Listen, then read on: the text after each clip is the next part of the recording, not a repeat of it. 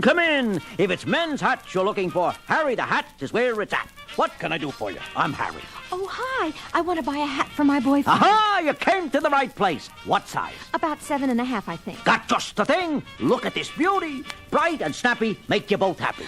Well, Peter is on the conservative side. I think this is a little too far out for Not him. another word. I know just what you want. Just take a look at this magnificent display over here. We interrupt this program to bring you a special bulletin. In a bold daylight holdup, the Second National Bank was robbed by a thief with a flair for the fantastic. Dressed like Robin Hood, the bandit got away with $1 million in less than 20 minutes. $1 million for 20 minutes work? In my store, it would take me 20 years to make half that. In a flamboyant farewell gesture, he tossed a feather from his hat to a girl teller as he left. Sounds romantic. I don't know. Stuff like that could give hats a bad name. Meanwhile, at police headquarters.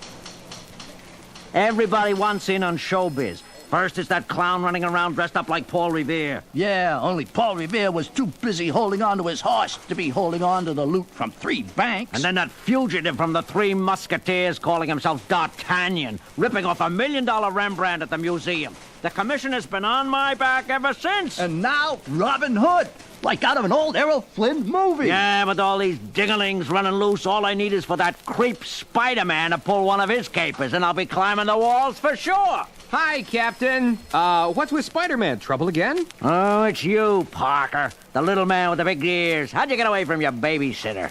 Only doing my job, Captain. Anything new in the Robin Hood heist? Not a thing. No fingerprints, no weapon, no nothing. Just this feather. Might as well get a picture of it. Anything to keep old Jameson quiet.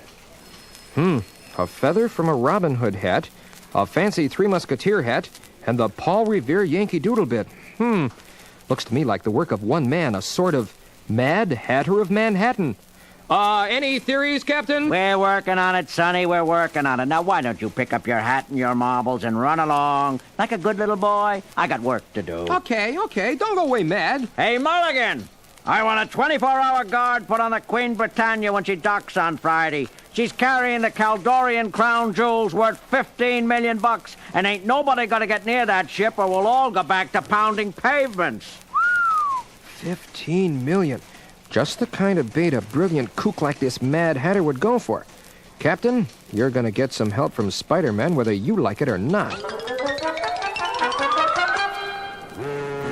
It is 12 o'clock noon on Friday, 3 days later. The Queen Britannia has arrived safely at the dock. Okay, Mulligan, got your men stationed? Yes, sir, Captain. 24 of New York's finest. It would take a whole army to get by us. And with me on the job personally, this is one time I don't have to worry about any... Uh-oh. Now what? The jewels! He's got the jewels! Stop him! Stop him! Captain, look! Do you see what I see? Where? Way up there, on the prow of the ship.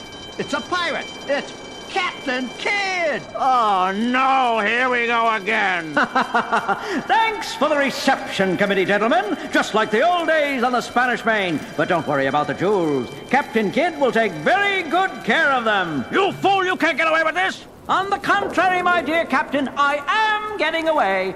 15 men on a dead man's chest, yo-ho-ho, and a bottle of rum. Look at that! He took a running start, and he's swinging on that rope, and now, I don't believe it.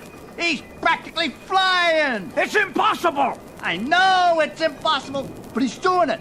All the way from the ship to that warehouse roof. He's getting away. He's disappeared. Adios, amigos. The biggest and boldest robbery in the history of New York, and a one-man job at that. Now to get back to the... Congratulations, old boy. Huh? Spider-Man, what are you doing here? Hate to spoil the fun, chum, but enough is enough, and you're too much. Now, take it easy, Spider-Man, take it easy. Maybe we can make a deal. We've got a lot in common, you and I. No deal, Harry. So, you know who I am. Tell me, how did you figure it out? A feather in the hat my young friend Peter Parker was wearing gave me the first tip-off, and I've been close on your heels ever since. So, no deal? No deal. Then how about some cold steel? A sword, huh? Harry the Hat, the Mad Hatter of Manhattan, a swashbuckling romantic to the last. Hate to do this to you, Spider-Man, but I gave you a chance. And as Captain Kidd might have said, get to the point. Aren't you the cut-up, Harry? Be careful, though. You might cut yourself with that toy. That was a close shave, as the man said to the barber. Good moving, Spider-Man. Oh, what a team we could make, you and I. Still no deal, Harry. Ah, B, what a pity. Then try this.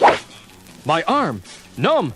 You've got some kind of ray gun built into that sword. Took me by surprise. And this. Now my leg. It seems I underestimated you.